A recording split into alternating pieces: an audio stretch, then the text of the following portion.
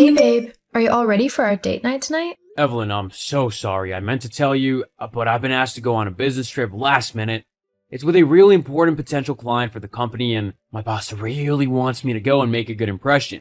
I wouldn't have said yes, but this could be a huge deal. If I get this right, I might even end up getting a promotion. Oh, that's okay. I mean, it's great that you might get promoted. You should definitely focus on that. We can always have a date night on a different night. Thanks, babe. I need you to understand. So when do you leave?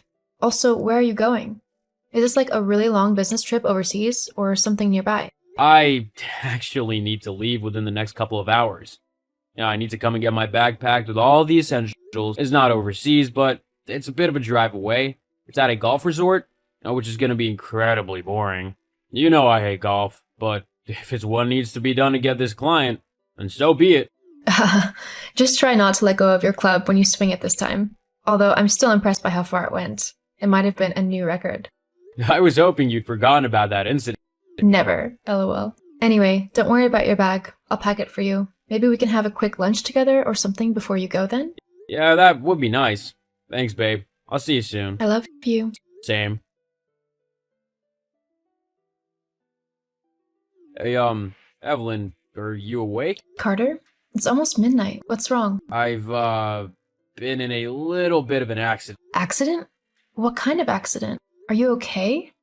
You're not hurt, are you? I'm not too bad, just a few scrapes and bruises. Oh, thank goodness. Yeah, but the car is kind of totaled. What?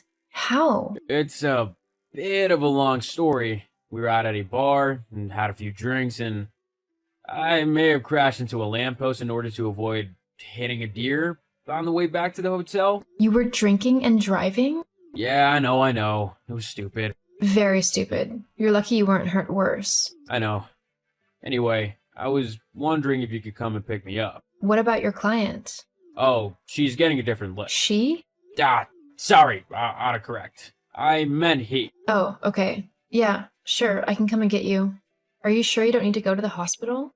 Oh, I'll be fine. Just some rest and care for me will help. Okay, I'll be there soon. Where are you exactly? Oh, I'll send you my Google Maps location. Okay. I love you, and I'll see you soon. Hey, Evelyn, did you hear what happened to that Bethany girl? I'm pretty sure you've met her before. She works with your husband. Oh, hey, Blake. Yeah, I think I vaguely remember her. What happened? Well, apparently she got into a really bad car crash. Wait, what? Yeah, apparently the guy she was with swerved to avoid hitting a deer and they crashed into a lamppost. Are you sure? Yeah, pretty sure.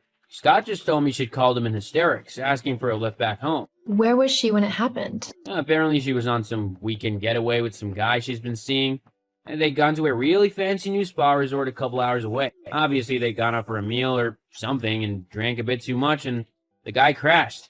The car's totaled. How long has Bethany been seeing this guy? I'm not sure. She might have mentioned something last time Scott and I saw her. Maybe around 6 months or so? How come? Because I think the guy she's seeing is my husband. What? I just received a call from him asking me to pick him up because he's been in a car accident. He avoided a deer. God, I'm so sorry, Eve. Is there anything I can do? It's not your fault. I'll be okay. Well, I will be after I've dealt with the cheating jerk. I'm here for you, girl. If you need a shoulder to cry on or shoulders, you're more than welcome to come to mine. Tell Scott and I make good listeners. Thank you, Blake. You're a true friend. Cart, you there? Evie, are you on your way? It's kind of cold out here and there's not really anywhere around to go and sit and get warm. I was just about to set off. Although before I do, I just wanted to ask you something. Yeah, sure. Anything. You know Bethany? My coworker? Yeah. Well, I just heard the strangest thing about her. Oh, what's that then? Apparently, she just called up Scott in hysterics and asked him for a lift home. But the funny thing is that she was so upset because she'd just been in a car crash. Oh, wow, that is a coincidence. Yeah, the guy who was driving apparently swerved to avoid a deer, just like you did. Evie. Don't Evie me. How could you do this to me? I thought you loved me. We're married, for God's sake. Look, just calm down. I can explain. You can explain how long you've been cheating on me for. Evelyn, I don't think we should get into this over text right now. Just come and pick me up and we can talk later. We can talk now. How long has it been going on? We've been seeing each other for 6 months now. Happy? Happy? Of course I'm not happy. My husband has been cheating on me with his coworker for half a year. I mean, you couldn't even make it original, could you? It couldn't have been some high-flying, enigmatic woman. It just had to be your boring coworker. Seriously? You're upset because she's my coworker? No, I'm upset because my husband is a cheating liar. Well, I mean, you can't really have expected this not to happen. What do you mean? Well, let's face it, you've not exactly been the best wife lately, have you? How haven't I? You'd never want to be with me anymore. We haven't been intimate for like months now. I have needs, Evie, and Bethany was happy to help whilst you weren't. If anything, you're the one who's gotten us into this mess.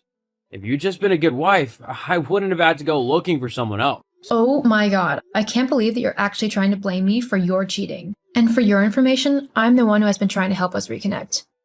I knew that the spark between us had fizzled a little, and I was trying to come up with ways to spark it up again. You're the one who always brushes me off with business meetings and work excuses.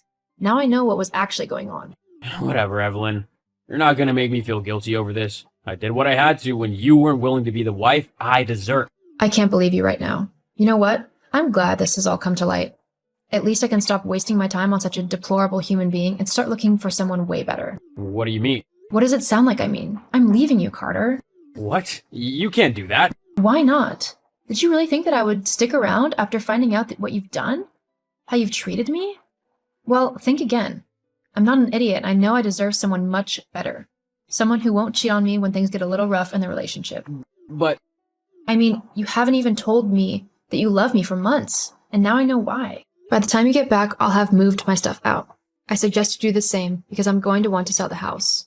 Hang on, Evelyn. Let's not act too hastily. Too late. You've already done that and ruined everything. I'll be getting in touch with some lawyers tomorrow, and I'll be sending you some divorce papers. The house is in both of our names, so you can either pay me my half, or we'll sell it. You can't just decide that.